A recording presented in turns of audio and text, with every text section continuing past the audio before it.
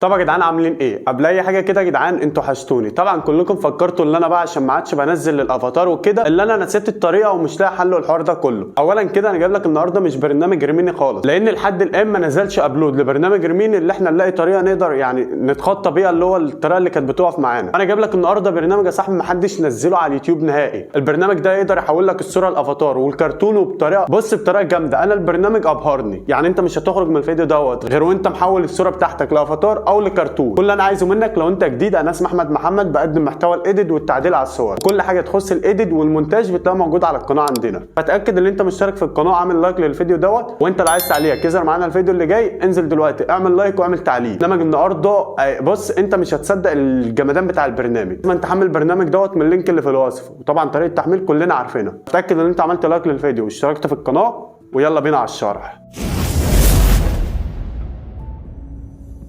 في بدايه الفيديو كده اخواتي انا عايزك تصلي على النبي صلى الله عليه وسلم. انتوا عارفين انا كل ما بلاقي برنامج اللي هو ينفع يعوضنا عن برنامج الافاتار بنزله لك على طول. انا جايب لك النهارده نسخه فوتو لاب بس البرو، مش اللي على المتجر خالص.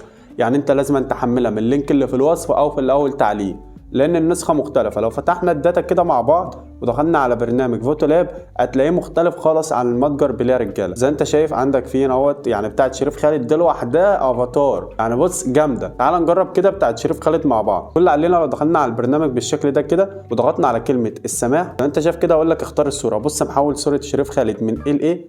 انت عايز بعد كده ايه؟ عايز ليه انت ريمين وعايز البرامج ده؟ ما هو يعني ده حل لنا المشكله. بس انا ان شاء الله يعني مش ساكت برضو. البرنامج ريميني انا مش ساكت، اول ما انزل له ابلود احاول اشوف طريقه على طول، بس لحد الان ما نزلوش ابلود. اختار صوره دلوقتي وارجع لكم تاني. وليكن مثلا كده اخواتي انا اخترت الصوره دي كده اهو. كل اللي عليك تضغط على السهم دوت كالعاده احنا عارفين. طبعا اقول لك تعديل وكده هتستنى كام ثانيه بس، يعني مش هتستنى كتير. لازم يكون النت عندك كويس، اسكان داتا او واي فاي، لازم يكون عندك النت كويس. قدر اخوك يا صاحبي، اخوك يعني فكك بقى من اللي هو منشئ محتوى والقناه الكلام ده. انا بنزل حاجه اللي انت تستفاد مش اكتر. بص يا جدعان عمل لي الصوره ازاي بالله عليك، ده مش زي الافاتار، لا ده على فكره ده اول شكل في البرنامج، يعني ده اول شكل. كل اللي عليك بتضغط على كلمه مشاركه. لو انت عايز تحفظ الصوره بتضغط على كلمه تنزيل. هنخرج كده يا صاحبي نشوف الاشكال الثانيه. زي ما انت شايف الشكل ده، انا عايزك تجرب بقى على كل الصور اللي عندك. لو ضغطنا كده تعال نجربوه مع بعض، مش هنخسر حاجه. كده الفيديو بتاعنا مش هيعدي 3 دقايق. واحلى حاجه في البرنامج دوت من غير اعلانات، يعني ولا يجيب لك اعلان 5 ثواني ولا الحوار ده كله. بص الرجاله عملت صوره معانا ازاي. ده انت ممكن تاخدها كده يعني نطلع احنا ترند جديد، يعني احنا نعمل ترند جديد بنفسينا. بص يا صاحبي البرامج فيها اشكال عامله ازاي. طبعا كل الاشكال دي تقدر تستخدمها،